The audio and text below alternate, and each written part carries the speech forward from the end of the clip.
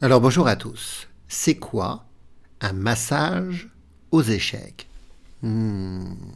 Un massage aux échecs, c'est lorsque progressivement, vous allez dominer votre adversaire en accumulant des petits avantages. Et de cette domination résultera un jeu de restriction. L'adversaire sera de plus en plus limité dans ses mouvements jusqu'à se retrouver dans une position totalement passive. Et lorsqu'il aura cette position passive, vous allez louvoyer de faiblesse en faiblesse pour essayer de faire craquer l'adversaire. L'ancien champion du monde d'échecs, José Raúl Capablanca, était connu pour son immense compréhension du jeu d'échecs et la clarté de sa vision dans le jeu positionnel. Et il était habitué à masser ses adversaires. Et la partie que je vais vous montrer aujourd'hui, qu'il a joué contre Trebal en 1929, à Carlsbad, eh bien, c'est une partie modèle sur ce jeu de restriction, et peut-être même l'un des plus grands massages de l'histoire du jeu d'échecs. Nous allons découvrir cette partie. Alors, dans cette partie, Capablanca a les blancs, il ouvre avec le pion dame, D4, D5, réponse symétrique, C4 le gambit dame. On invite les noirs à prendre et à dévier leur pion du centre. Les noirs refusent, ils ont joué C6. Ils solidifient leur tête de pont, le pion D5. Cavalier F3 se développe, E6, et là, fou G5. Un questionnement intéressant. Le cavalier protège le fou et vient interroger la dame noire. Comment les noirs vont réagir? Et regardez bien leur réaction. Les noirs ont joué fou E7, ce qui paraît logique, on développe le fou, on contre-attaque sur le fou G5, qui est défendu qu'une seule fois. Mais cette proposition d'échange des fous de case noire est en réalité à l'avantage des blancs. Et d'ailleurs, José Raúl Capablanca, il accepte, il prend en E7, dame prend. Et pourquoi cet échange des fous de case noire est avant l'avantage des blancs?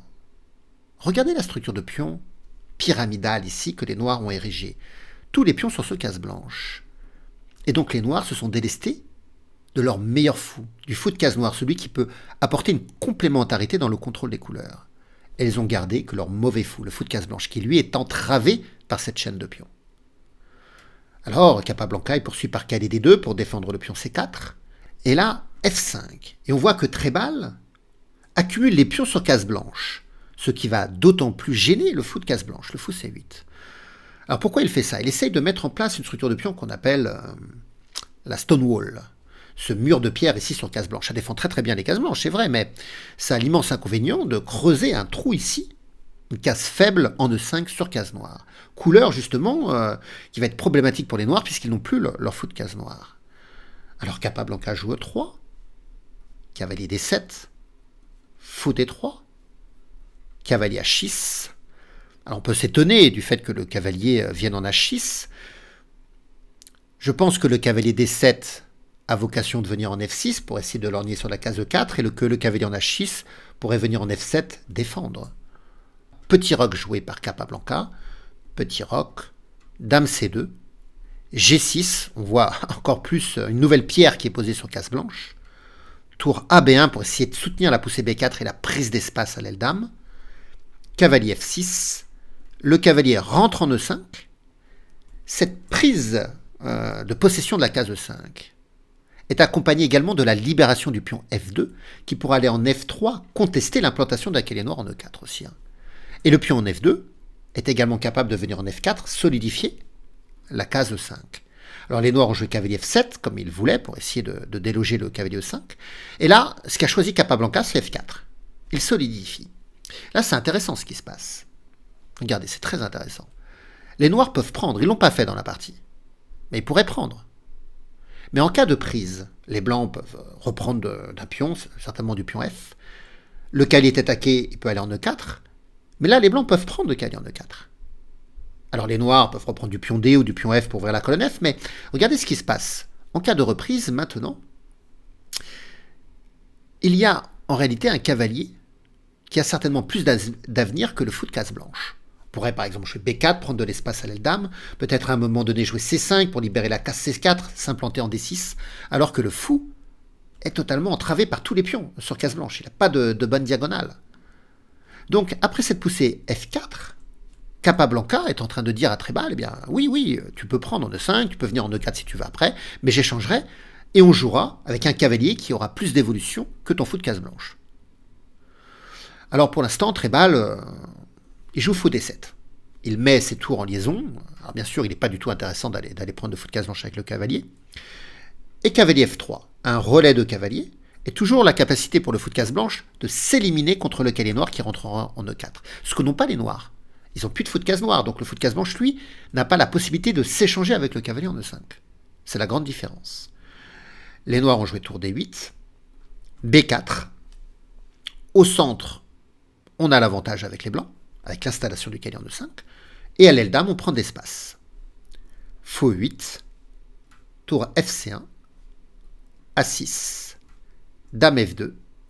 Là, il y a eu l'échange, cavalier prend E5, cavalier prend E5, cavalier D7, cavalier F3. Ici, Capablanca décline l'échange des cavaliers, considère que les noirs ont moins d'espace et que le cavalier D7, certainement, est moins bien placé que le cavalier F3.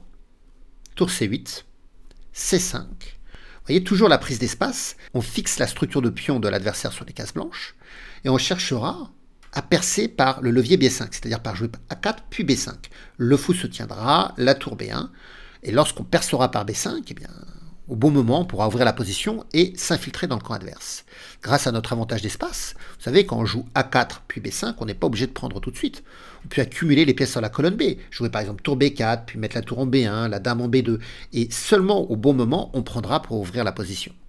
On aura un pouvoir décisionnel dans l'ouverture de la position.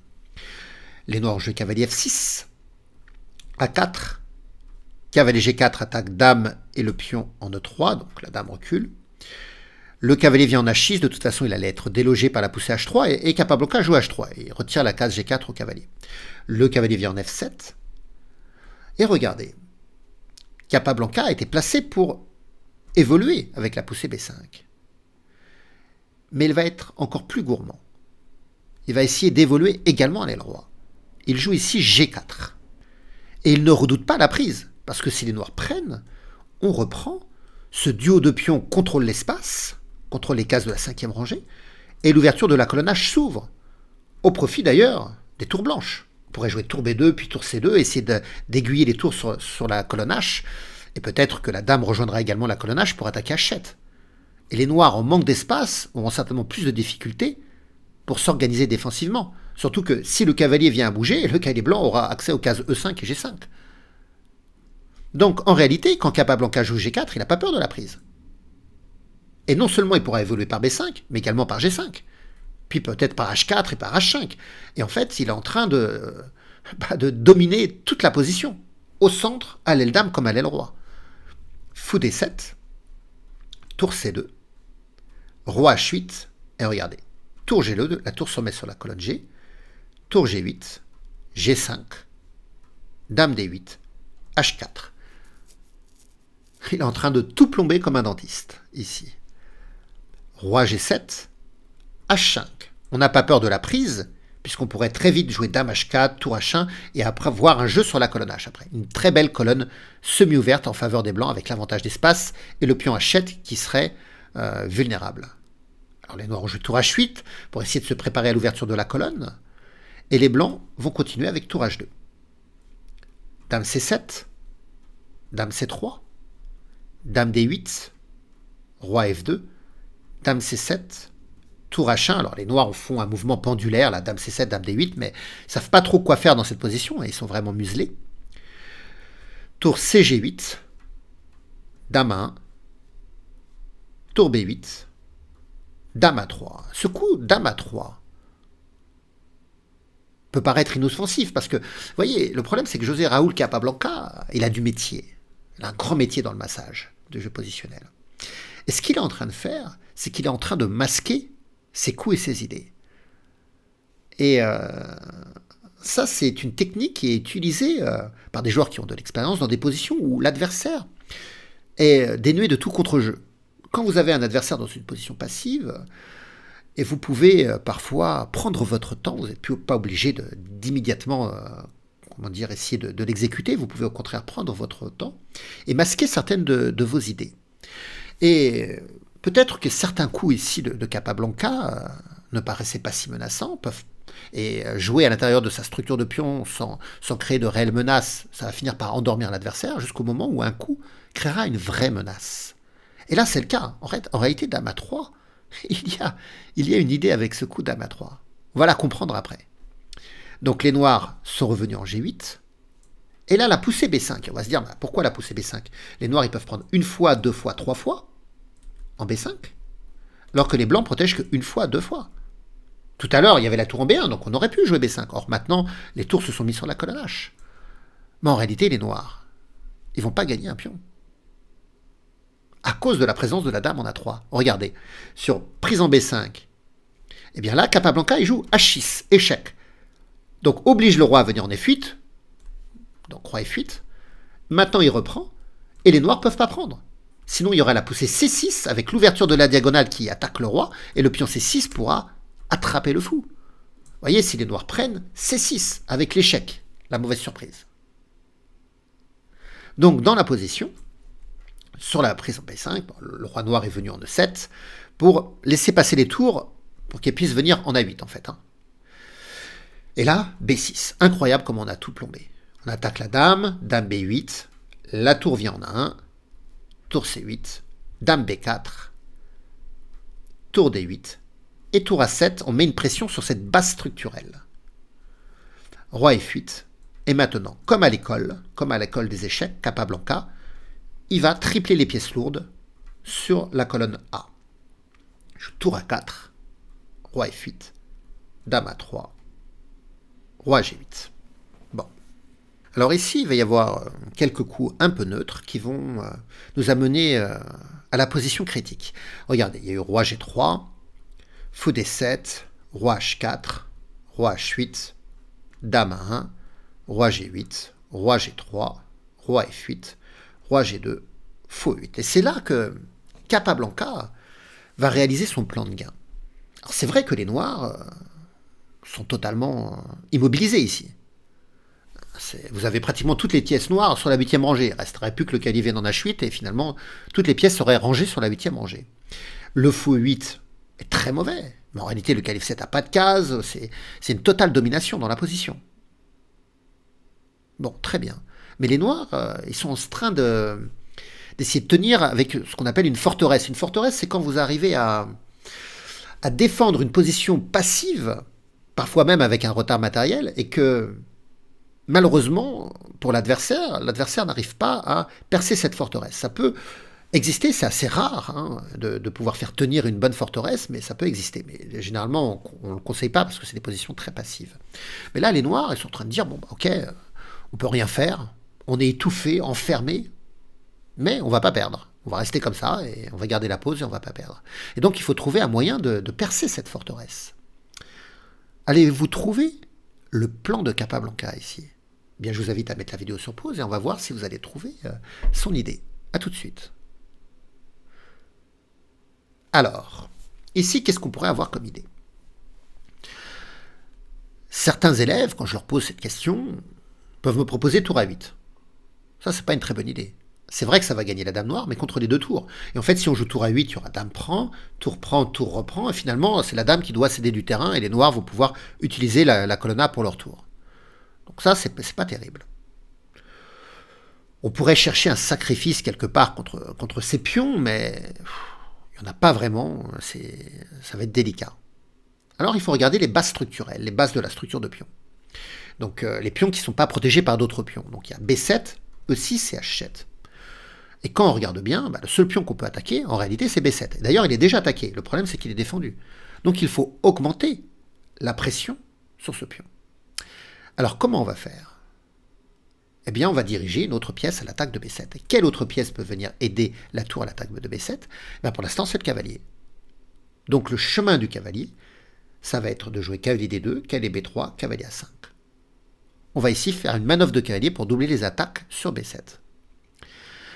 Vous allez me dire, oui, mais même avec un cavalier en A5, les noirs pourront jouer tour D7, par exemple. On va en parler. Donc, cavalier D2 a été joué. Imaginons que les noirs attendent que le cavalier vienne en A5 pour jouer tour D7. Par exemple, qu'ils jouent roi G8, qu'après cavalier B3, ils jouent roi F8, qu'après cavalier A5, ils se mettent à jouer tour D7. Et bien là, il y a une petite combinaison à base de cavalier prend B7, et si la tour prend, maintenant tour A8. Et là, la dame va être perdue, et non pas contre les deux tours, contre une seule tour. Puisque la tour est en B7 au lieu d'être en D8. Donc ça veut dire qu'après ce coup cavalier D2, les noirs ne pourront pas se défendre par tour D7. Donc ils vont devoir s'organiser autrement pour défendre B7. Alors comment ils vont faire? Ils vont jouer à Tetris. Ils vont essayer de replacer, de s'organiser défensivement avec fou D7 qui va libérer la case E8 pour la tour, qui libérera la case D8 pour le cavalier vienne défendre B7. Donc, fou D7, on joue à Tetris. Cavalier B3, tour E8, cavalier A5, cavalier D8. Et là, on attaque 2 fois la base structurelle, les noirs défendent 2 fois. Donc je vous invite une nouvelle fois à mettre la vidéo sur pause, à essayer de trouver comment José Raúl Capablanca a encore renforcé sa pression sur ce pion arriéré, sur cette base structurelle. A tout de suite. Alors, vous avez trouvé un joli coup. Qui peut venir attaquer B7? C'est le fou. Fou A6. On triple les attaques. Alors certains vont me dire, oui, mais le pion prend. C'est vrai, mais on se venge immédiatement sur le fou D7. Et finalement, on va percer la muraille, on va percer la forteresse, on va s'infiltrer dans la position adverse. C'est ce qui se passe après pion prend, tour prend, avec l'attaque ici du pion. Sans compter que le pion A6 est très vulnérable maintenant. Dès que le cavalier va bouger, il y aura des doubles attaques sur le pion A6. Et on a obtenu le pion B6 qui devient un pion passé maintenant, puisqu'il n'y a plus de pion B7 pour le bloquer. Alors les noirs ont joué tour E7 pour essayer d'intercepter le jeu sur la 7e rangée. Et là, la petite pointe tactique finale qui fait du bien, la petite cerise sur le gâteau, le clou du spectacle. Quel est le coup de Capablanca ici? Je vous invite une dernière fois à mettre la vidéo sur pause. A tout de suite. Alors, vous avez trouvé ce coup? Sacrifice de caloche, sacrifice de qualité. Donc le sacrifice de la qualité, c'est quand on va troquer une tour contre un cavalier. On va faire tour prend cavalier. Mais on les fait pour dévier la tour noire de la protection du pion C6. Et après, tour prend D8, le pion C6 est maintenant plus défendu, le cavalier prend avec une belle fourchette, dame, tour, tour. Et la libération de la colonne qui attaque le pion A6. Alors, les noirs peuvent sauver leur dame, on peut récupérer la qualité, puis prendre le pion A6, et bien sûr maintenant, c'est totalement fichu pour les noirs. Les blancs ont obtenu 2 pions passés liés, qui vont marcher ensemble jusqu'à promotion. La 7e rangée est ouverte au profit des pièces blanches. Le roi noir n'a pas d'abri, non, c'est totalement fichu. On ne peut pas résister dans cette position face à José Raúl Capablanca. Et donc, Karel Trebal a abandonné. Donc un joli massage, et c'est vrai que cette position est assez jouissive ici de voir comment les noirs sont étouffés partout, cette chape de plomb. Et cette manœuvre, cavalier D2, cavalier B3, cavalier A5 pour attaquer la base structurelle, et même le coup fou A6 qui viendra encore pour tripler l'attaque sur la base structurelle. Comment on arrive à s'engouffrer par le petit trou de souris qui nous reste ici pour faire craquer la forteresse adverse. C'est jouissif. Alors j'espère que vous avez apprécié ce moment. Vous pouvez me laisser des commentaires, des pouces, partager la vidéo et soutenir. Merci à tous.